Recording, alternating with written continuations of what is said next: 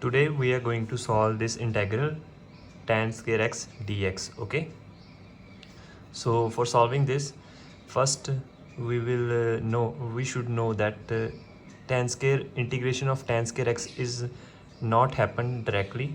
So we will apply here formula which is equals to like this. We know that tan square x is equals to secant square x minus 1. Okay, so therefore this tan square will be equals to integral secant square x minus 1 dx. Okay, and this whole thing is equals to secant square x dx minus integral 1 dot dx.